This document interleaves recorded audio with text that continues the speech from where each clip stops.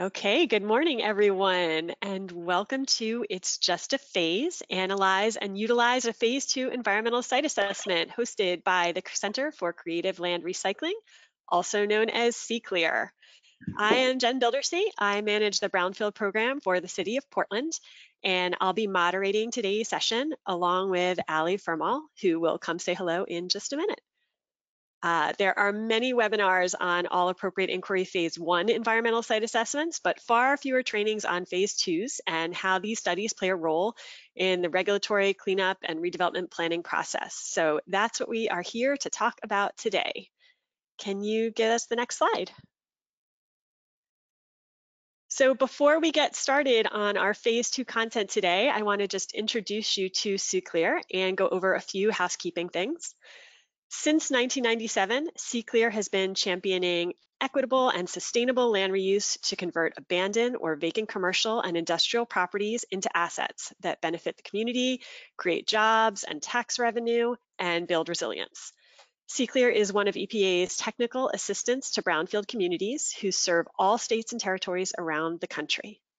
Next slide, please. CCLEAR delivers a range of educational, grant review, and technical assistance services that brings millions of dollars into communities and trains thousands of land reuse practitioners every year. I have personally worked with CCLEAR for many years, and it is where I send everyone who is looking for brownfield information. They're a great resource, whether you're kind of brand new to brownfield work, or if you're in the middle of a complicated project, they will always know the answer to your question or help find the answers to your questions and lots of resources. So check out their website if you want to learn more about their services and how they can assist you and your community. Next slide, please. Okay, we're going to do a few quick housekeeping things because this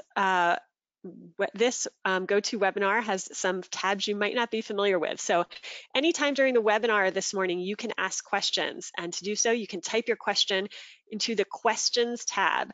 The questions tab will come just to Ali and I, and we as moderators will kind of field those and direct those to our panelists. So the whole audience will not see things you type into the questions tab.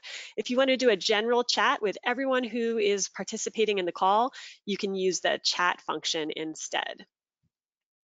If there are any technical difficulties during your time with us, there's a help document in your dashboard. If your audio is working, but the slides are giving you trouble, you can also find in the tabs there a place to download the presentation, and so you can watch the slides on your own and just continue to listen along. Today's webinar is being recorded. You will get a link to the recording after today, and you'll also get a survey to complete about your experience with us this morning. So at this point, we're going to have a quick look at who's already on the call. And so hopefully, if all goes as planned, you will now get a poll that will ask you about who you are. So please take a minute to let us know which of these choices best represents your organization.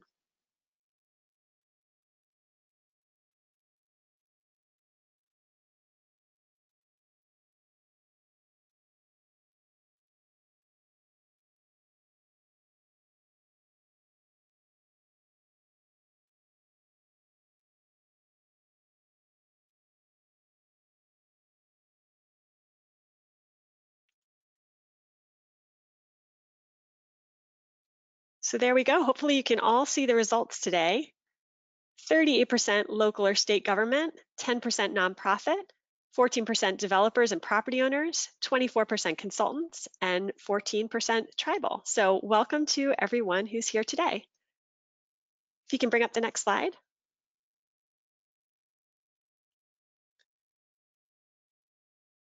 So our speakers today are going to be sharing a PowerPoint as they present. We'll speak for about 40 minutes, but with lots of time for questions and answers during that time, and then we'll have a dedicated question and answer period at the end. And as we wait for a few more folks to join us, we're just going to do one more poll, which is we'd love to know how long you, our participants, have been doing this work.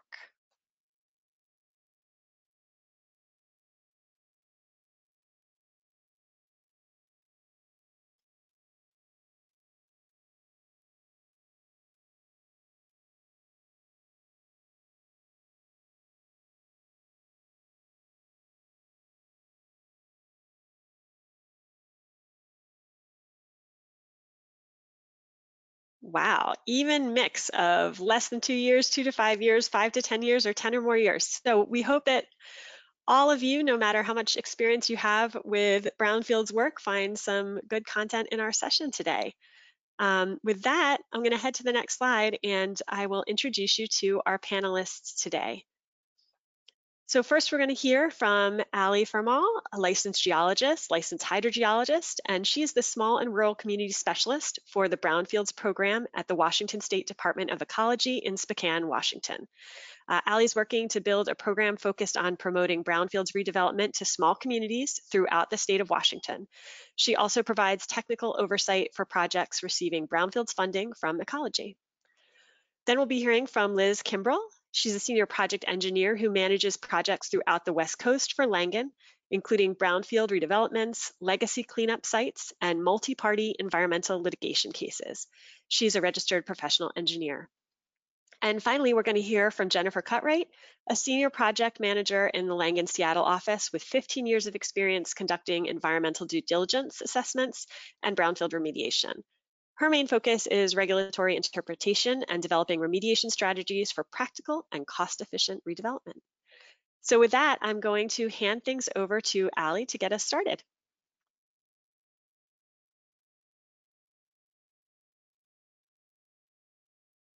Okay, next slide, please. And thank you, Jen, for that great introduction.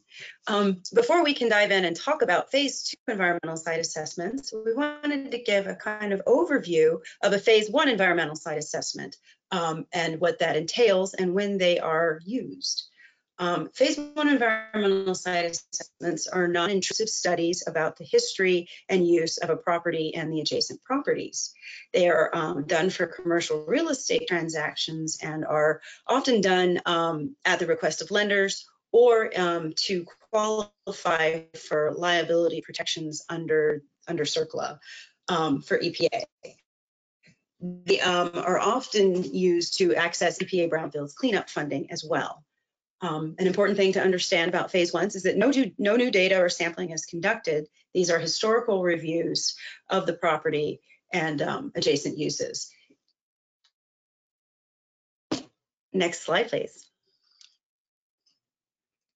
So the main outcome of a Phase I environmental site assessment is to identify recognized environmental conditions, or RECs. A recognized environmental condition is defined in the ASTM standard for Phase I environmental site assessments as the presence or likely presence of any hazardous substances or petroleum products at a property. There are different types of RECs defined in the standard, including a historical REC or an HREC, which is one where the records indicate that there has been a release that has been remediated to the satisfaction of a regulator and has received no further action determination. Controlled REC or CREC is one in which there is known contamination or impacts at a property that are controlled by typically engineering or institutional controls to prevent releases or exposure to the public. Identifications of these RECs help a prospective buyer make decisions about their risk and liability associated with the purchase or use of that property. And it's important to note that identifying a REC is not a reason not to buy a property. It is to help the buyer make an informed decision about their purchase and get an understanding of conditions in place and things they may need to do for their proper reuse of the property. Next slide, please. So in addition to the types of RECs I spoke about, there are a couple of other conditions at a property that can be identified in a Phase I environmental site assessment. A de minimis condition is one in which there is a minor impact that is not believed to be indicative of a severe release. And an example, it would be maybe a little staining in a parking lot. A business environmental risk is something that's outside of the scope of the ASTM standard. However, it can be included in the study, and that typically relates to things like building materials such as asbestos-containing materials or lead-based paint, which, while not considered a recognized environmental condition, may be something that a prospective purchaser will have to deal with in order to safely reuse the property. So it helps make decisions about costs for cleanup and reuse. Phase I environmental site assessments are valid for 180 days, after which they need to be updated.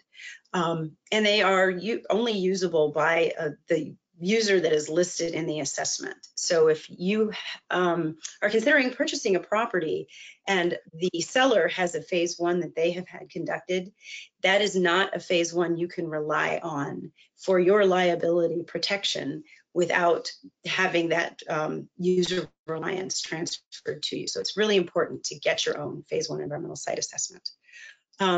They vary in cost depending on the size and complexity of the site, as well as the location. And they, we've got an average $5,000 here. They do range, a really complex site, you may spend up to $10,000 or more. And ultimately, with the Phase I environmental site assessment, you get a report that documents all of the records that were reviewed and conclusions by the environmental professional who conducted the work that can help you make decisions regarding, making the purchase, or if additional information is necessary to evaluate the recognized environmental conditions that are noted in the report. And that is where a Phase II will come in. If you have a wreck identified and you need to collect some additional data to evaluate that wreck. And with that, next slide, and I'll turn it over to Liz Kimbrell to talk about Phase IIs. Thanks, Allie. Hi, everyone. Good morning. Good afternoon. This just touches on what Allie just outlined for us, where the Phase II falls in this due diligence process. So we talked about the Phase I. If there's no recs or no additional evaluation needed, then your due diligence is complete. But if you need to further evaluate recs and identify if they've been adequately investigated, then you would follow along this flow chart to potential next steps. If the recs have been adequately identified, then you evaluate if the site has been contaminated. And if they haven't been adequately investigated, that's where you would conduct your Phase II, and that's what we're going to be talking about today. So I'm going to go to the next slide. We'll talk about that a little bit more.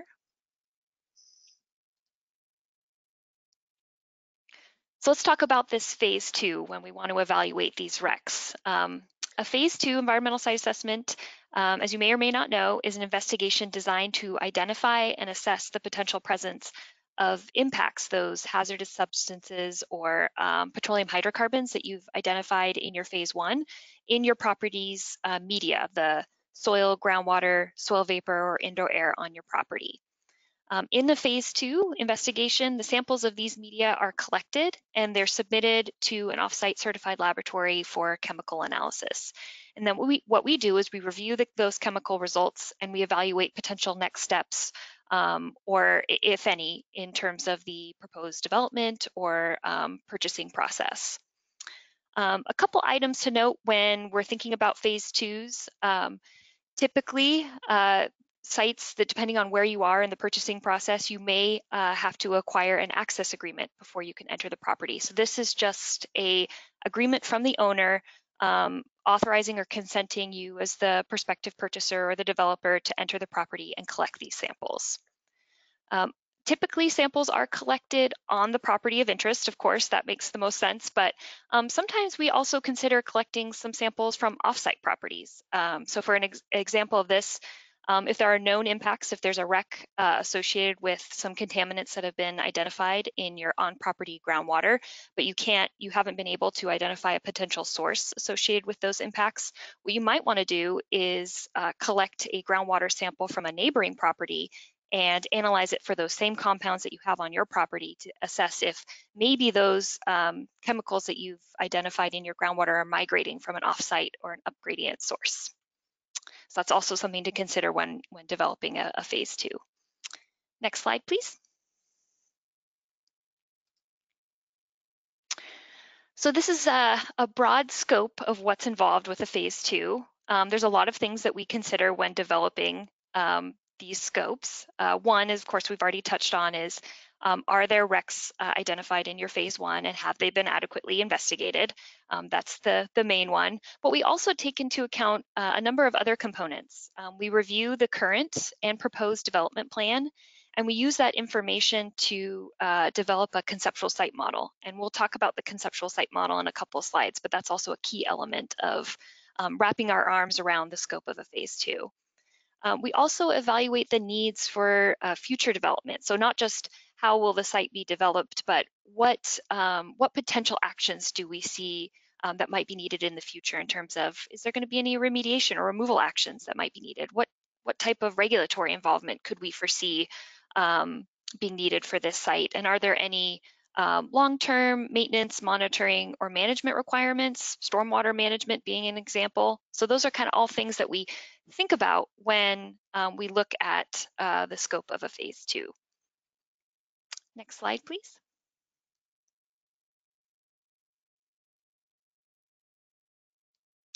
So this is a broad overview of the Phase II process. We call this our Phase II roadmap.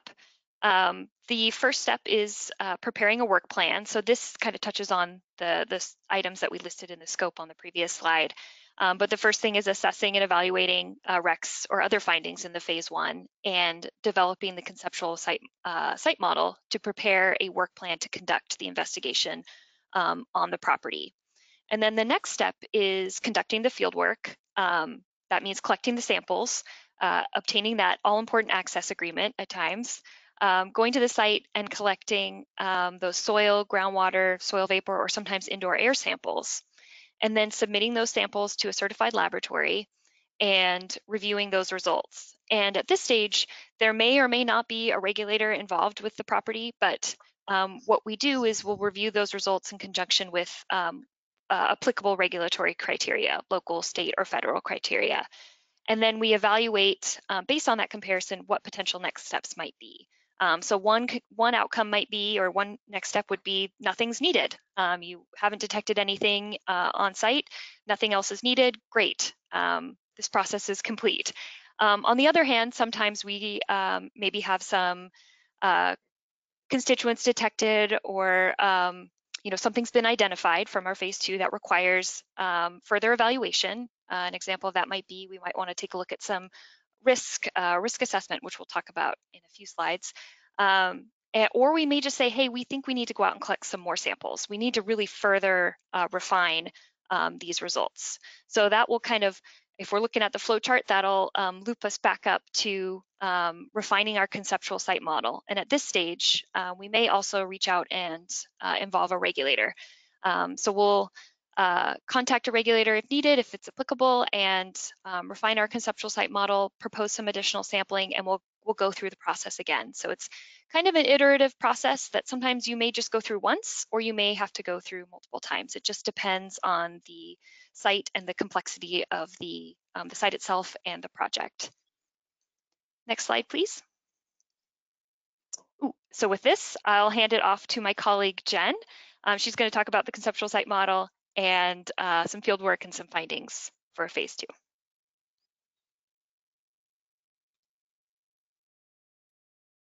Thanks, Liz. I feel like you were on a roll. You could have just kept going with the slides. Good morning, everybody, and thanks for participating in the webinar. I'm happy to be here talking about Phase IIs. I want to get into the conceptual site model a little bit deeper. So the first thing that we want to do when we're developing our conceptual site model is look for potential or known contaminant sources at your site. Typically, you're going to utilize a lot of the information gathered during the Phase I. That can include maybe historic site plans where you can find where septic or former drum storage areas may have been. Also local permits. We don't need to skip slides quite yet. Yeah, this is perfect. Thank you. Local permits can indicate whether or not there are former or existing USTs. Historic mapping, like a Sanborn diagram, might show where former dry cleaners might have been, or filling stations around your property or at your property. And then, of course, any prior reporting that you have that talks about investigations that have already occurred at the site and can let you know where known contamination actually is.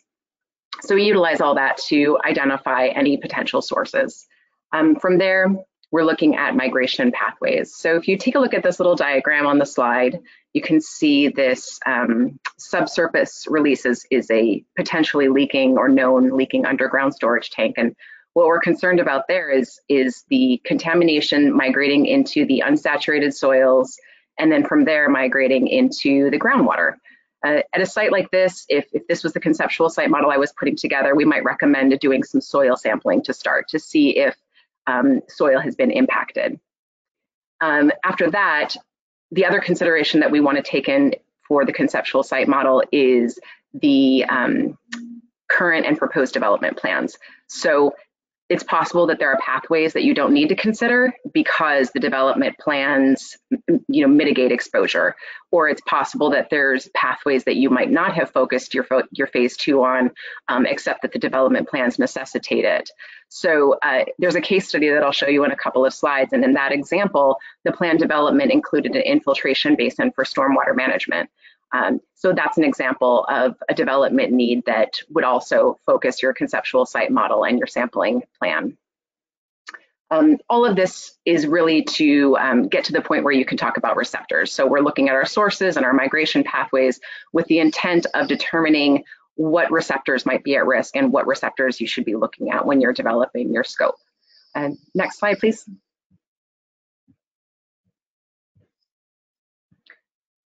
So one of the reasons that we're sampling soil or groundwater or soil gas is to be able to determine whether or not there's receptor risk. You want to understand what your receptors really are at the site. It helps to make sure that your phase 2 is efficient and that you're focused on your phase 2 goals. So this little flow chart, it shows the source as drums, but let's use our previous example and suggest the source is still that leaking underground storage tank.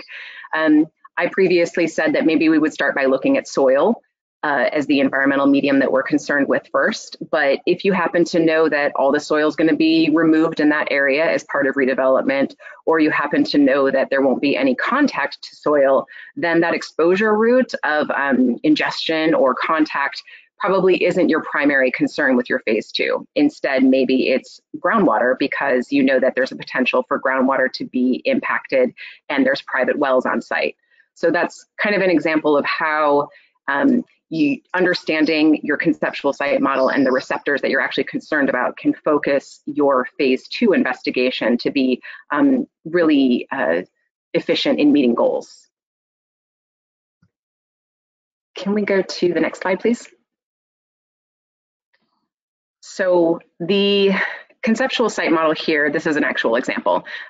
My conceptual site model is not quite as nice as the one a couple slides back with all the pictures, but it's a little more practical for this particular example.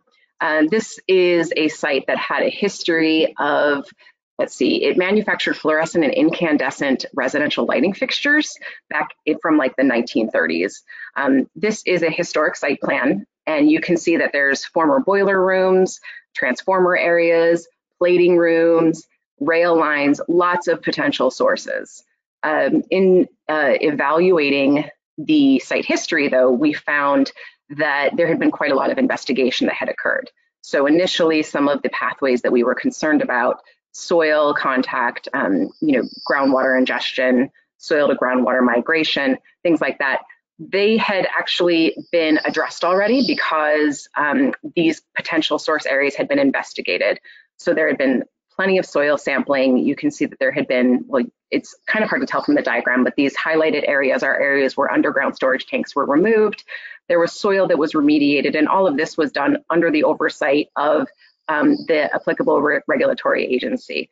So cleanup had occurred, and at the end of that, the pathways that were left were soil to groundwater. We knew that there were soil impacts in place that were impacting groundwater, and we knew that there was impacted groundwater. And so we were also concerned with that and with vapor intrusion.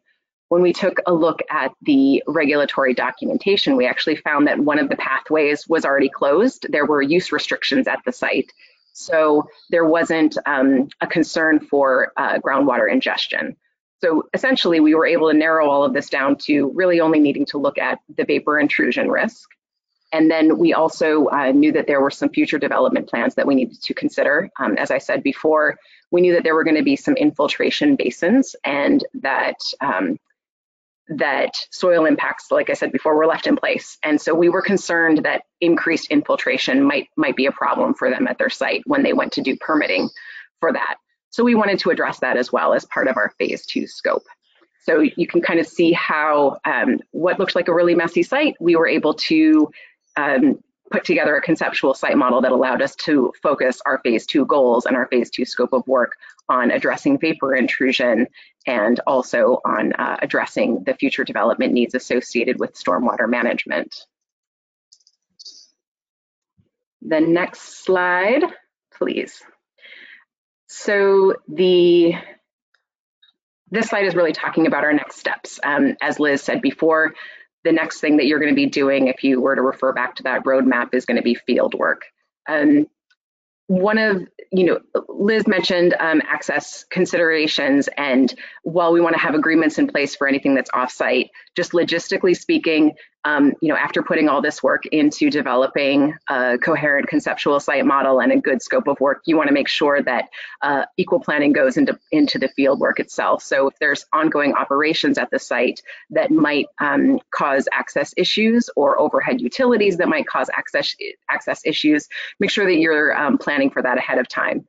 Also, make sure that you have the right equipment. If you're going to be trying to bore through a very, very thick concrete slab, knowing that ahead of time is going to make sure that you're prepared when everyone goes out into the field. It's important too to know that there are sometimes considerations that wouldn't be part of a typical Phase II scope of work.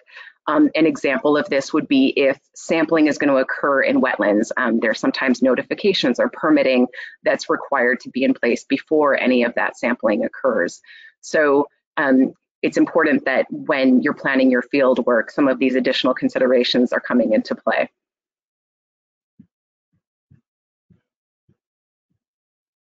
And then next slide. So we're going to go out, collect our samples, whatever they may be, soil, gas, groundwater, indoor air, and it all is going to go to a third-party accredited laboratory for analysis. In my opinion, data is what it is. You kind of get it back, and barring any significant QA/QC issues within a lab, which is not common, your data is what it is. What you're really going to need to do to come to any conclusions or to influence recommendations, it's going to be to take these results and take it back to your conceptual site model. As Liz mentioned earlier, the conceptual site model is very iterative. So, you're going to start out with the information you have to develop your conceptual site model. And as you get more information, you're going to want to refine your conceptual site model and make sure that, if pathways have changed, if receptors have changed, if you're finding evidence of petroleum hydrocarbons in areas where you didn't expect them, you want to redefine or refine your conceptual site model so that your Phase II conclusions are, keeping in line with the goals of the project. Next slide. So with that in mind, this is the same site as before. It's a little bit different view. This is an aerial view of the existing buildings. So we went ahead and addressed those pathways that I mentioned earlier. We completed our soil gas sampling, and we specifically made sure that we focused on some of the project goals that we know the client had. They wanted to make sure that they were addressing any hidden costs, or not hidden, but unexpected costs as early as possible.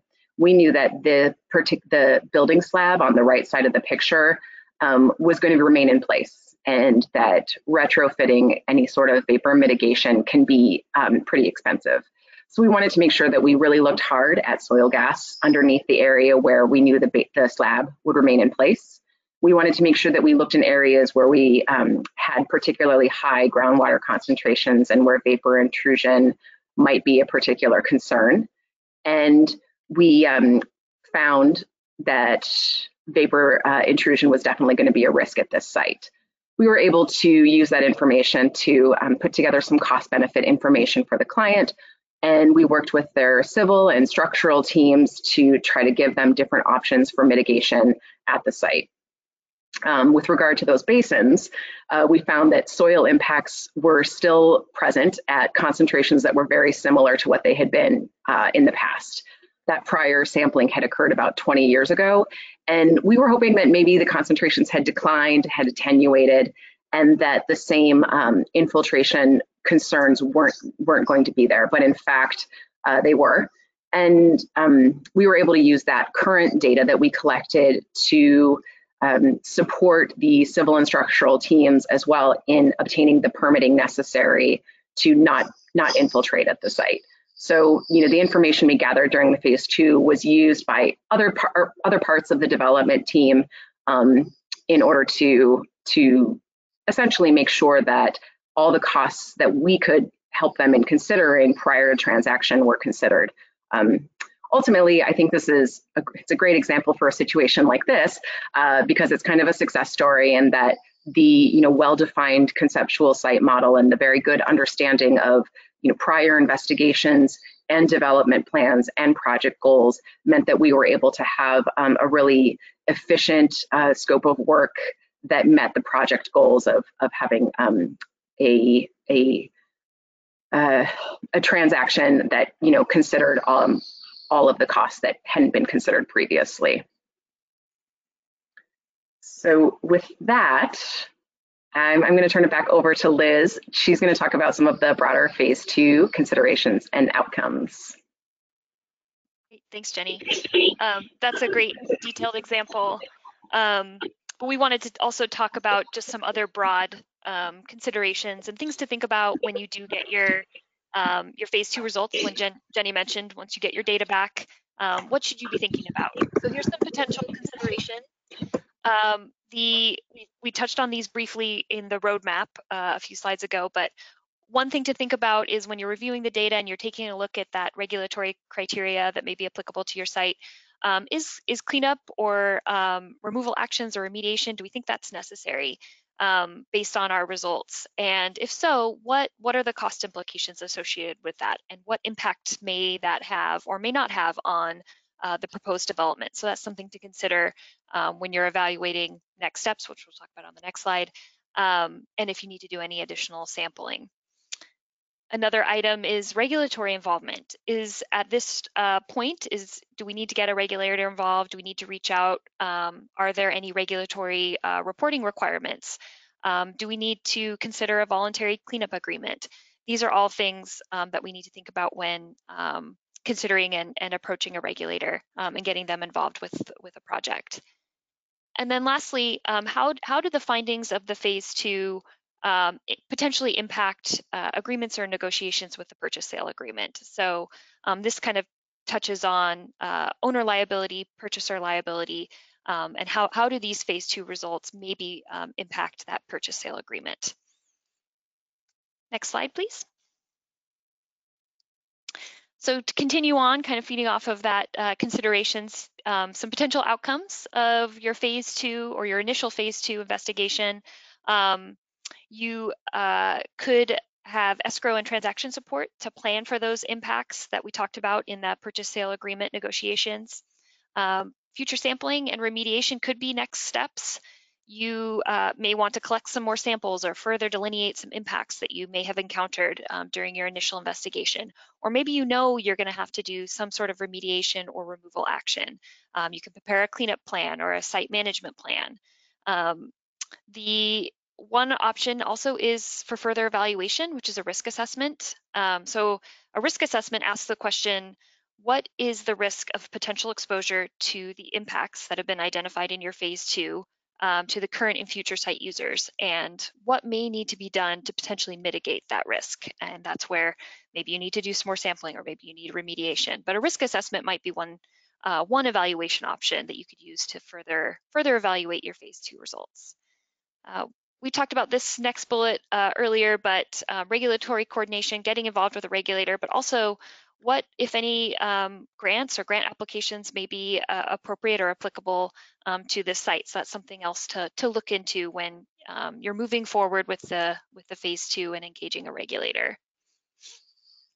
And then finally, this is a big one. We talk about it a lot, but future development plans. How will the site use change during development, and how might those changes be impacted by what was encountered in the Phase II, both during development from a construction standpoint and after development in terms of long-term management. Next slide, please. So Jen talked previously about a case study in some of her earlier slides, but one lesson learned that we really wanted to drive home in relation to a specific project is this: less is not more. Cost is always an important aspect at every stage of development, from purchasing to construction to post-development. Cost is, of course, very important. But what we've learned is, if you try to reduce costs, sometimes if you try to reduce costs early on with a more limited phase one or a phase two, there may be things that are encountered down the line that you may not catch in this earlier due diligence phase that may come up later and then may have pretty significant cost implications down the line. And so we'll talk about that in relation to a specific example on the next slide. So this is a former auto body shop. So this is where the lesson learned of less is not more has come into play. It's a former auto body shop that was being redeveloped for mixed use residential and commercial. And we conducted a phase one for this site. And the phase one identified some features associated with the former auto body shop, some underground storage tanks, above ground storage tanks, and some hydraulic lifts. And then in an effort to be sensitive to cost, we conducted a more limited phase two, so conducted some, maybe not as much sampling in certain areas that we may have ordinarily done.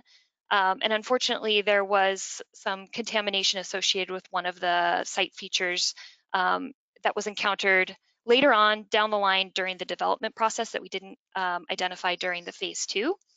So that had a significant cost impact. So obviously, as you know, unplanned costs always cost more later. So those impacts were identified later on, and to kind of provide a scale and scope of what that might look like is we've put some rough costs here on this slide. Early on during the due diligence process, we estimated that the cost to address or handle environmental impacts was around $50,000. So that was just some soil management and groundwater management, because there were some things encountered in shallow soil and groundwater at this site. But then move forward with the purchase of the property and the development, and then that's when we encountered some impacts that we didn't previously identify, and that resulted in some additional environmental management and removal of material that increased those environmental costs to about $750,000. So this is just a rough cost, just to give you an idea, but it kind of gives you the scale of how your costs might change if you don't catch things early on during that due diligence process. This case also, or this project also, highlights the importance of incorporating an environmental contingency into your development and cost planning if you can. So just a good reminder. Next slide, please. And this is where I'll hand it off to Jen. So before I take that handoff, would you mind backing up the slide one? And Allie's going to talk a bit soon about the regulatory perspective on all this, but I think this is a good time to take a moment. That was a lot of information, and maybe we could take a minute just to talk about a few questions about this piece of the process. So folks on the line, if you want to drop any questions into the chat or the questions tabs, we'll take a look for those. But just to start us off, Allie and I have a few questions to get things started. So one thing I'd love for you to talk about is, how long does this all take? Because it sounds very involved, but what's the timeline look like on a project like this? Well, I can speak to this project specifically, but of course the answer is it varies, which isn't always helpful. But on this project, this was a couple years in the making. It just depends on what you may find in the phase one. If you don't find anything, you move forward with a phase two, you do sampling, and there's nothing additional needed. That's where it ends. It can be pretty quick. But it all depends on the complexity of the project, where a prospective purchaser or developer might be in the purchasing process, or in the case of this project, what you may or may not find in your phase two or during development. So this project itself was several years to complete, but There were obviously, when there's unexpected impacts at a site, that can slow things down significantly as well. So there's cost implications when you find things later on, but there's also timing and schedule. So that definitely played a huge role in the schedule for this project, and resulted in it taking a bit longer. I don't know, Jenny, if you had any other thoughts to add to that, but. Well, I would just note that oftentimes a phase two is completed as part of due diligence, and usually a due diligence period when you're talking about a potential transaction is quick.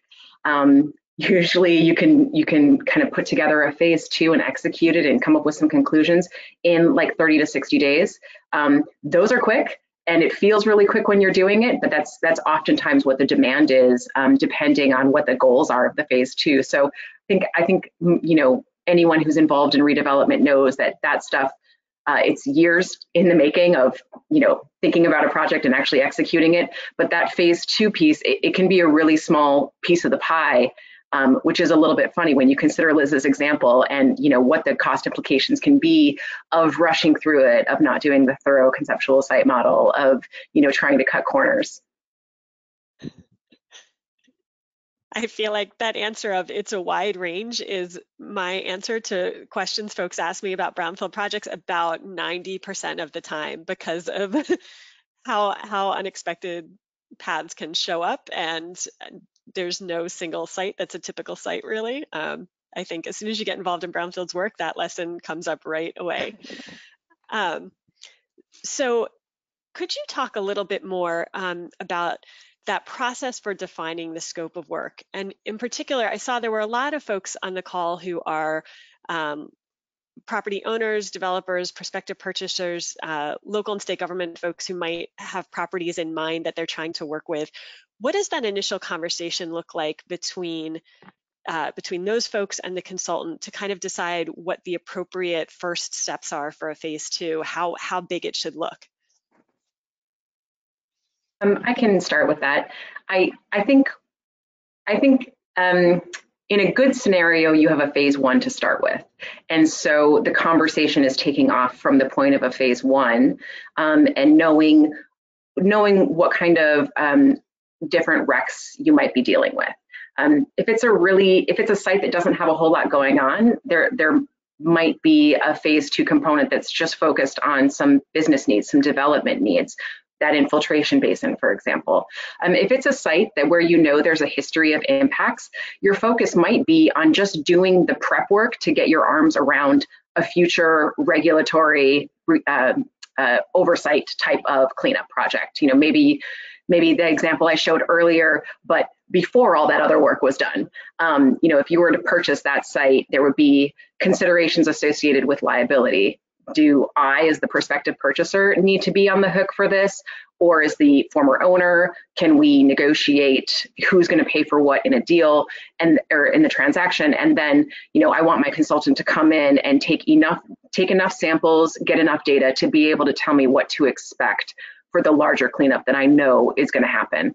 I think those are, you know, those are the most common scenarios when it comes to typical conversations. It really depends on what you're looking at and then what you're willing to take on if you're the prospective purchaser in terms of liability, risk, responsibility, that sort of thing.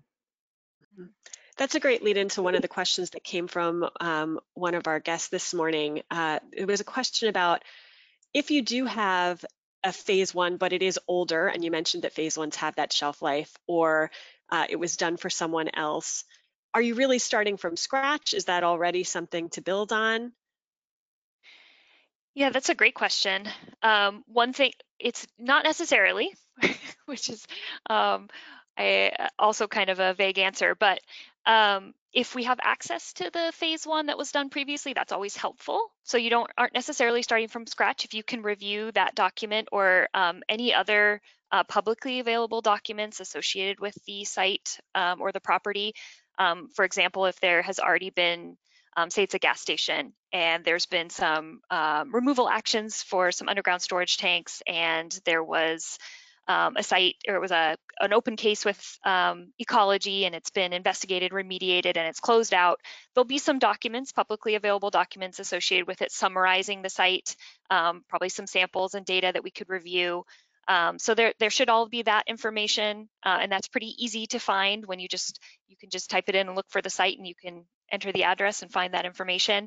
And then, of course, if there's other reports or the previous phase one that's available for us to review, those are things that we would look at just to start, because you don't want to have to start from scratch if it's already been done before. We have a question that came in about, how do you find an environmental professional who is right for your project? That is a good question. That's a good question. I mean, if I'm not an environmental professional, I would recommend somebody reach out to environmental attorneys, other members of their redevelopment team for recommendations. I would start with recommendations. Reach out to your network, people you know, talk to local or public entities, and regulators also provide great recommendations. And of course, attending events like these and meeting folks, yeah, asking around and just talking to people, reaching out. It's a great segue into my next slide, but I'm not quite ready for it yet because there's still another question in chat. So I'll just say for the asker of that question that I will circle back to that again in just a couple minutes. But there was another question that came in the chat about the fact that a phase two, it sounds like from how you described it, can often take multiple mobilizations and steps. And is that always the case? How much can you anticipate that and plan for it at the beginning? Or is it really always this process of multiple mobilizations going out and kind of encountering something unexpected and having to reshape the plan from that point? That is a good question too. I think, again, it goes back to your project goals. The phase two doesn't need to start out as a science project where you go out and sample absolutely everything and look for absolutely everything right away. Going back again to the conceptual site model, obviously my favorite topic right now. You're focused on your receptors and your pathways and your goals. I guess because the conceptual site model is iterative, those goals might change, and that's what can really lead to having to do additional sampling. So you might have wanted to just see if that, underground storage tank that there was a permit for, if that was still there, and then if it leaked. And once you find that out, you might find out that not only did it leak, but it's likely that it contaminated groundwater. And then it becomes, if you haven't bought the property, it's kind of almost a business decision. Do you want to investigate groundwater and potentially take that on? Or is this going to be more risk and liability and cost than you had anticipated? Or does this become part of your transaction type of agreements? Is this something that's going to get negotiated on the table? And if that's the case, well, then you might want to go back and take groundwater samples and start to get your arms around that cleanup, get your arms around what the costs of that are, because that can get used in negotiations. So again, it really depends on your project goals, but the reality is the phase one is the phase two is kind of a snapshot of what you have at your site. And so it is common for it to become iterative, and that, you might want to find out more. And so you're going to look for more. That's a great point. And I have a memory, when I started in brownfield work 15 years ago, I had this idea that you would reach out to a consultant and tell them a little bit about the project, and they would tell you kind of the one appropriate path forward, what are the steps to take. And it just isn't that simple, as much as that would be sort of a reassuring direction to go in. I think the sign of a much more successful relationship and project is that there's really a conversation and a lot of listening around what the goals are and what the priorities are, whether time is the important factor, whether budget is the driving factor, whether some particular tricky end use is the driving factor. All of those things are just going to change each decision point, and whether things get done all at once or piece by piece. And it just depends on the specific needs of the project.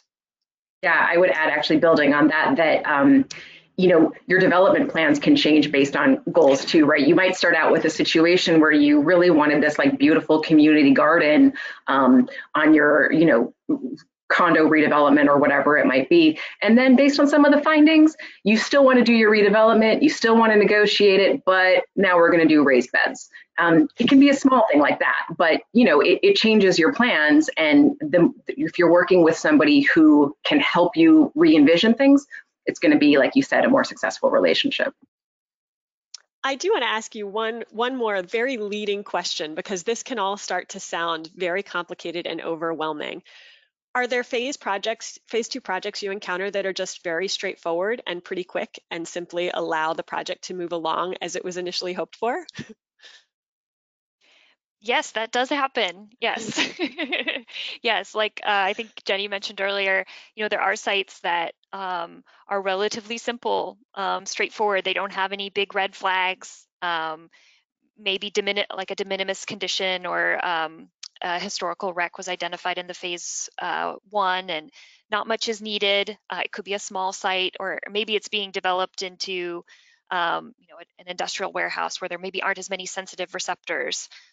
So there are simple and straightforward sites. They are out there, and they do exist. And those are the ones also that Jenny mentioned that can move pretty quickly, have shorter turnaround times. Mm-hmm. And in those cases, I mean, for the sites we've worked on like that in the city of Portland, doing a thorough Phase 2 has just been kind of evidence that this isn't something that needs to be worried about on the site, and it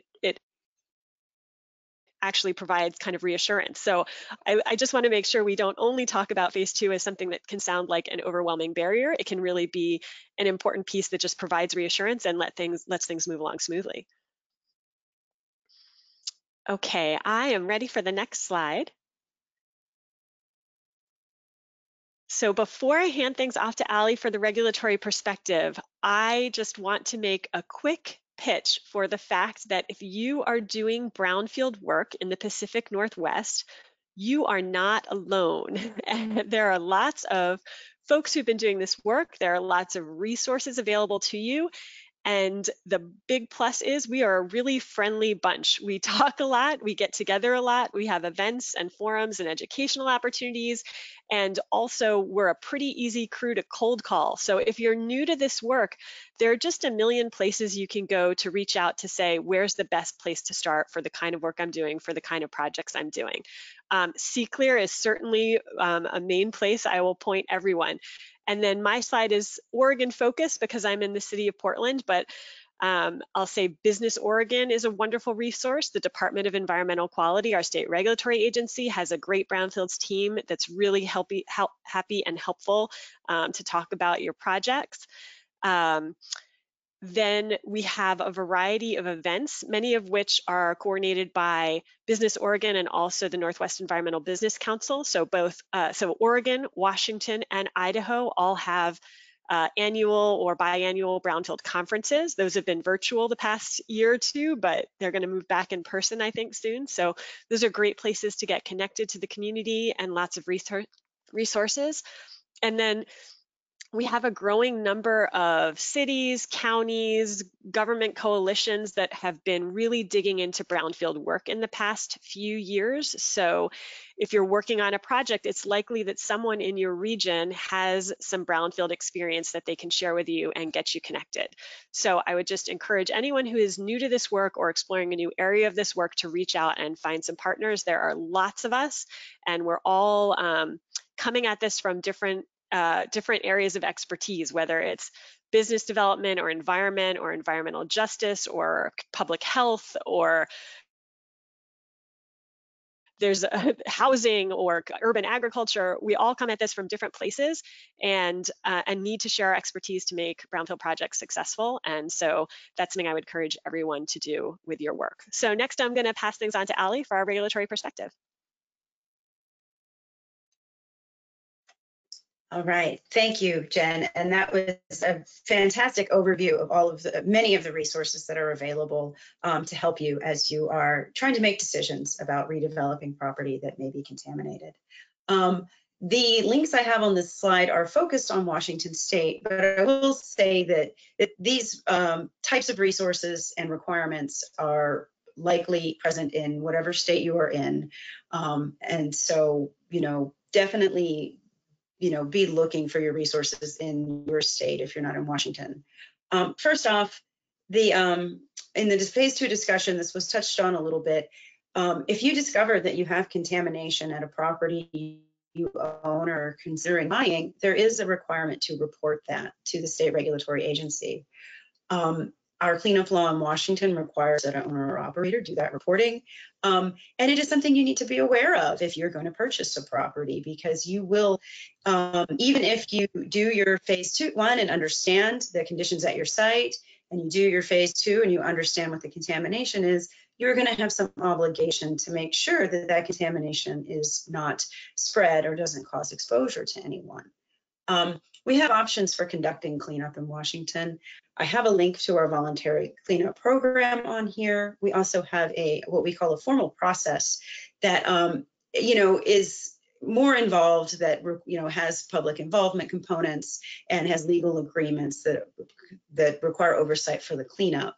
But there are options for you to conduct your cleanup based on the site conditions and also based on the kind of closure you need for that site.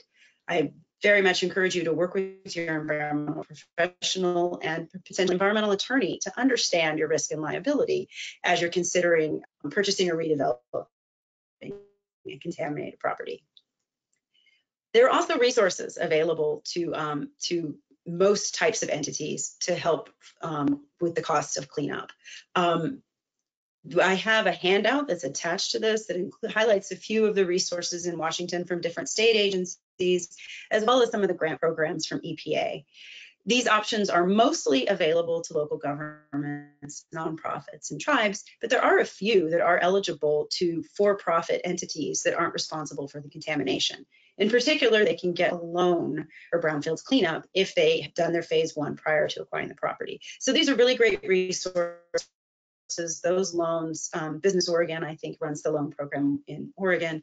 The Department of Commerce runs it in Washington. And these are really great opportunities for developers and other for-profit groups that wouldn't ordinarily be eligible for cleanup grants to access cleanup funding in a very affordable term and rate. And if you're curious about the cleanup sites in Washington, I've included links here to a map-based tool where you can see cleanup sites that we have in our database, and a search where you can do a query to find cleanup sites in your area, and then get links to each of the pages for those to get whatever electronic documents are available for those. So there's some resources for you if you're curious in Washington about what's going on in your neighborhood, or if you're considering purchasing a property that may be contaminated. Next slide, please. And these are just contacts for our brownfields program. That is my contact information and my colleague, Margot Thompson. If you're not sure who to contact us and we'll get you to the right people. And with that, I'll give it back over to Liz. I have got a few questions for you before you hand things over. So you quickly mentioned reporting requirements, but that's a pretty scary thing. So my first question is, you spoke to Washington State. Are those requirements for what triggers reporting different from state to state?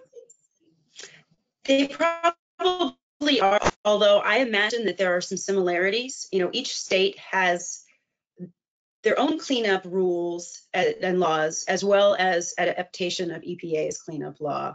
And so it's really important to understand the reporting requirements as you go into this, and I would say even if you have a Phase I done that identifies a wreck and you're considering doing additional investigation and you know that you're going to get data that may tell you that there's contamination, maybe start right then and understand what your next steps are going to be. Work with your consultant to understand the cleanup screening levels and things that may be applicable so that you're prepared.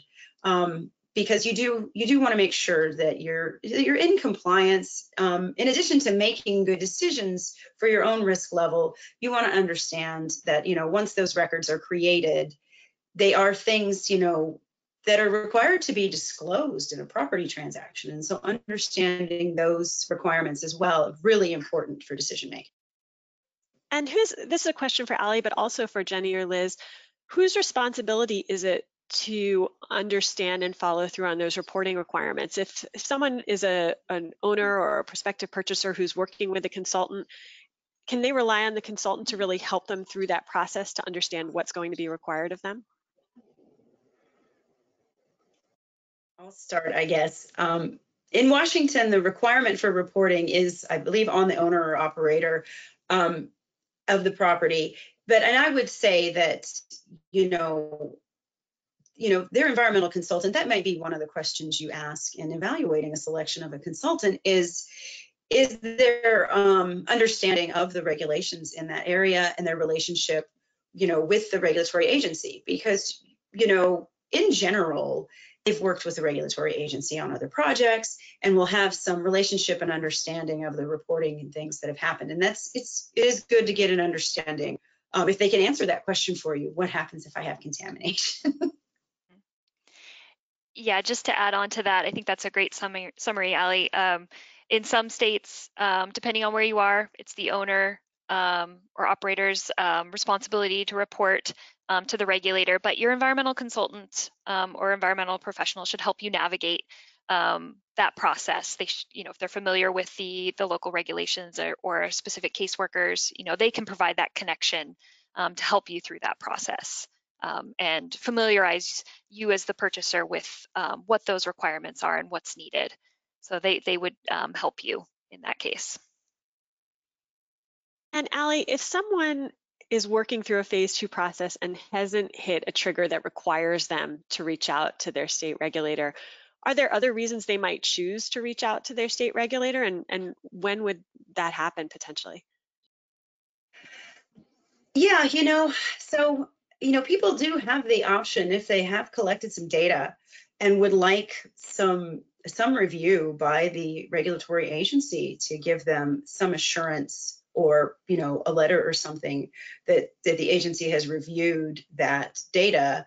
They do have options to do that, and it can be done through reporting as if a release has been discovered, or they can apply to the voluntary cleanup program to get a quick review and an opinion issued from the agency that agrees that that there's no further action needed for the contamination or not contamination at the property, right? So, and if you're considering for entities that are considering getting sampling done that don't have any information yet or would like more, sometimes it's good to contact us early to see if there's funding to assist with those assessment activities. So you may not, you may be interested in buying the possible old gas station, but you don't know anything yet and you don't have the resources to conduct the assessment. We may be able to provide some assistance there too. Great, thank you. Okay, let's move on to the next slide. Great, well, I can jump back in here briefly. We just wanted to kind of wrap up and provide some conclusions about all of the things we talked about today. There's quite a lot that we discussed and covered, but here are some key takeaways on this slide that to consider when you're considering implementing a phase 2 or purchasing a property. One item is understanding the implications of your phase 1. Have there been any wrecks or other environmental conditions that are identified early on in the due diligence process?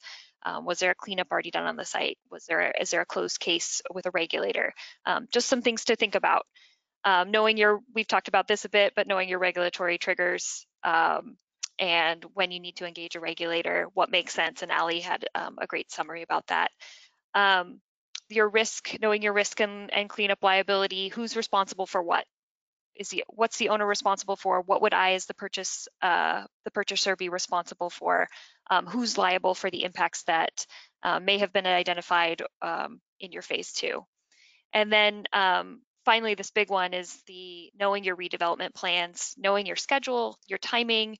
How is the site use going to change? Are we transitioning from a gas station to a daycare facility? Those are things we would think about, going from maybe something that's less sensitive receptors to more sensitive receptors. So we'd want to keep that in mind, and how all of this might play into the cost implications of purchasing the property, redeveloping the property. Those are all things we think about. So it's a lot to consider, but kind of this is where your consultant or your environmental professional will come in. You know, we comprehensively look at these projects. I like to think about it in terms of, we look at it in terms of past, current, and future. So past, what's your phase one say? What was there on the site? What's been documented? Current, that's your phase two.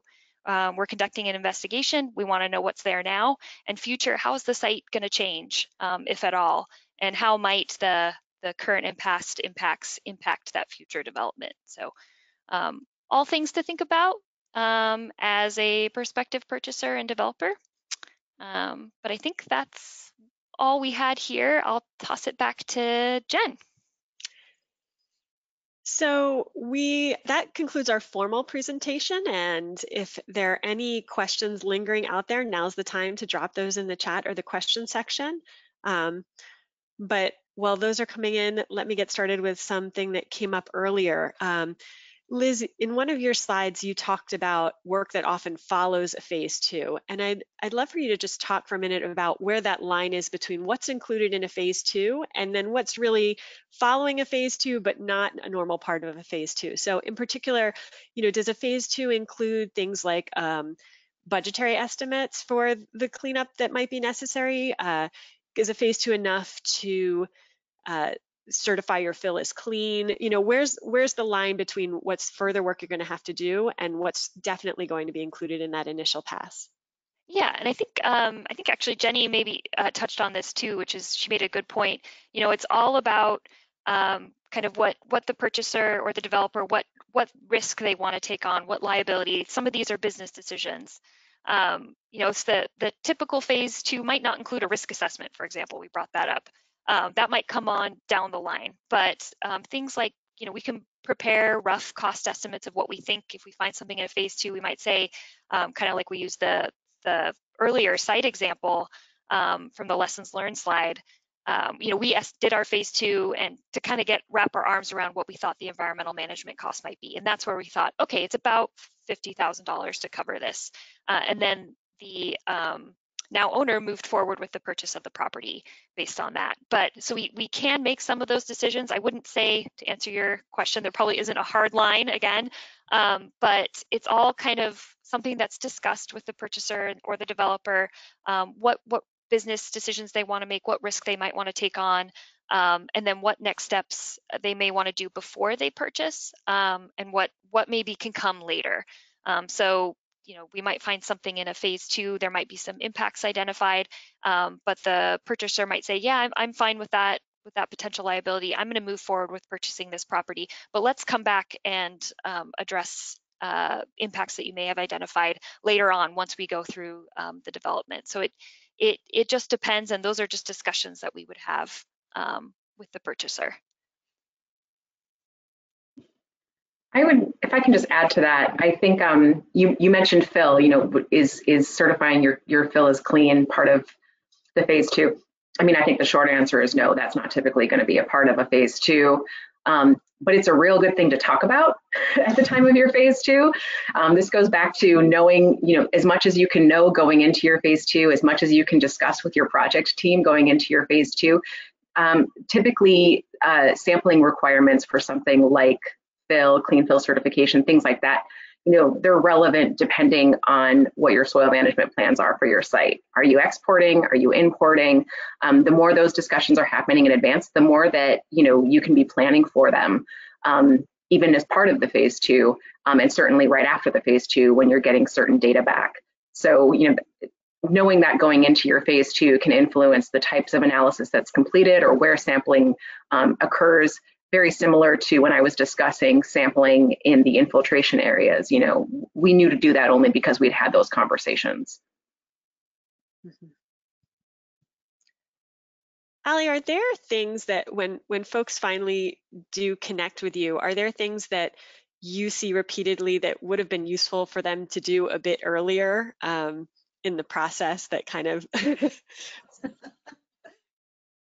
More often than not, the thing they should have done earlier is a phase one. We do still get a lot of people coming to us who already own property. I'm sorry, I dropped you there. Gotcha. Yeah, I think really the thing that everyone should do earlier is call us, is reach out to us earlier, and just in a general way, not just, to find out if there are resources to help, but also just to get some free guidance on how to proceed. Because I think there is a lot of value in, in just reaching out to understand the process for us, because I think when you talk from a regulatory perspective about cleanup, we aren't often thinking about the transactional component for property, but that's a really important thing when people are looking to mitigate liability and also to access funding, which is a lot of, for brownfields, we're really trying to connect people with resources. And if you haven't done the due diligence prior to acquiring the property, you do close yourself out from a lot of resources that you could tap into. And also you get more surprises when you buy a property and then discover that you had something.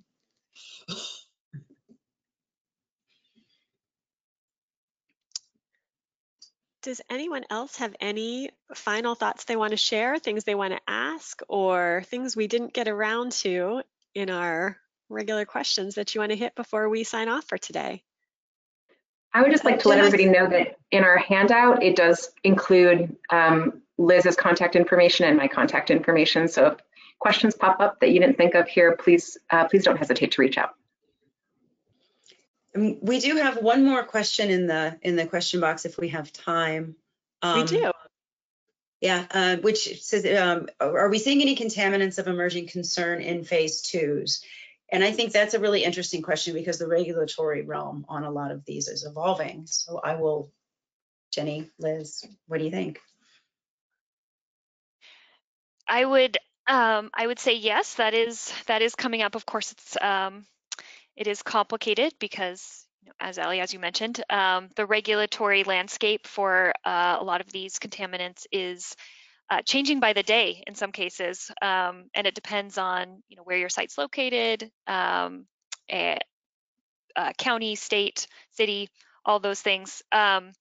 But there are things that we do think about when we're conducting a phase two that we can kind of try to get ahead of it if needed. So the example that a lot of people use or you might think about would be if we're going to go do a phase two at a former fire training station, which is often associated with an emerging contaminant, PFAS or PFOA.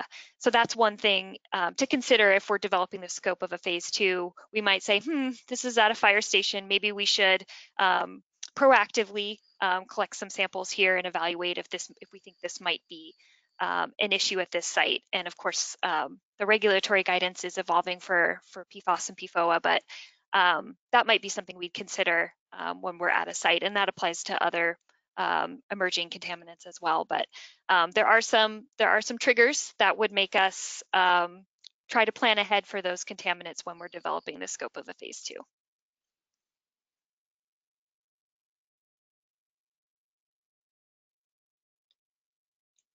Allie, did you have any further thoughts on contaminants of emerging concern? I'm trying to get my language right.